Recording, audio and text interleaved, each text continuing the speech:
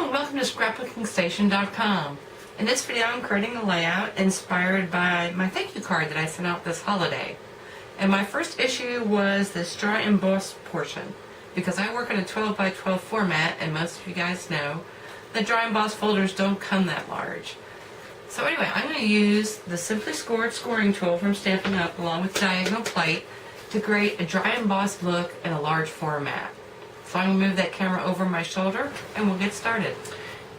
Okay, so here's my inspiration and when I'm really trying to emulate in my two-page layout.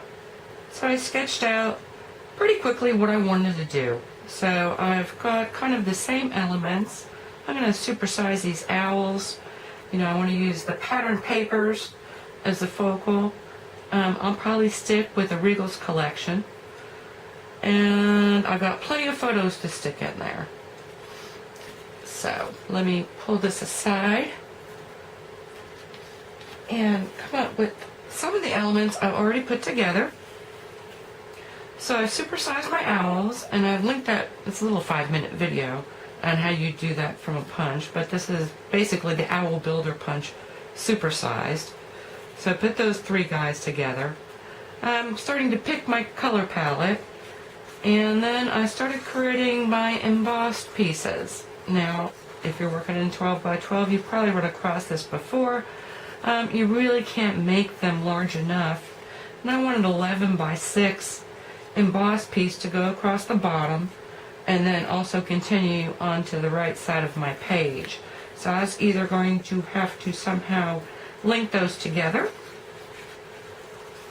or leave them as panels, but anyway, I started to get frustrated, and then it occurred to me, I've got this really nice scoring tool.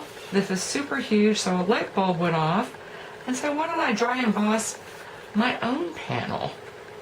And that's what I did. Now I switched colors. I went to a burgundy color, and what I wanted to do, since I was going to design my own, is this is kind of what I came up with.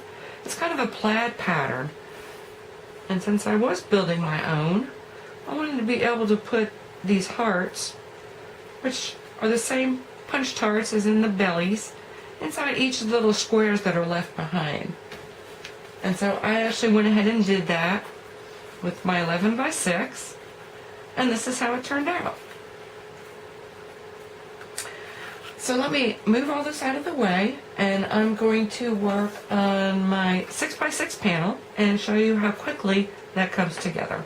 Okay, so I got my scoring tool and I've got the diagonal plate, and I push my 6 by 6 into the corner. I want to hold on to it pretty steady, and again I'm using a 2-1-2 pattern and then skipping 8. Now there's 2 points on the stylus and I'm using the thinner one. And then when I skip to the next 8th one, I started so I'd move out of this corner, the shadow here for filming. Okay, so now I count 1, 2, 3, 4, 5, 8. And now I'm going to come across. And it really is just this quick. And now my pattern is 2, 1. Now even if I were to slip a little bit, which I think, maybe you can see.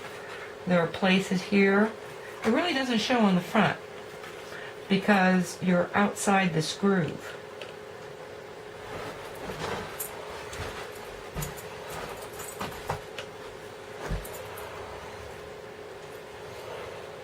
Now I know this tool was probably intended more for boxes and envelopes, but I can see using this for creating a dry embossed look on a lot of my scrapbook panels.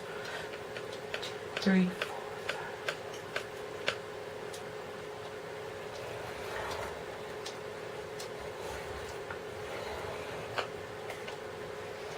5. 2. Anyway, I am not going to continue, but you can see how fast and easy that happens, and on the other side you get this raised effect. Now the only other thing is, let me see, if I had designed this tool I would have made like a paper edge, but what you're going to need to do is once you've done all this side, in order to get that to come off the screen, flip it over and come off the edge this way, and that'll get your score line all the way through. Anyway, I can continue with that, come back with my layout, and then show you a couple other designs that I made on scratch paper, just so you can see how versatile this can be. Be back in a second. Okay, so I finished the piece for my right side panel. And so totally customizable, fit my needs. I wanted these hearts and little squares. And I just wanted to say it's not as defined as the embossing folders, but it is similar to, if you've been scrapbooking for a while, these texture plates that you used to have.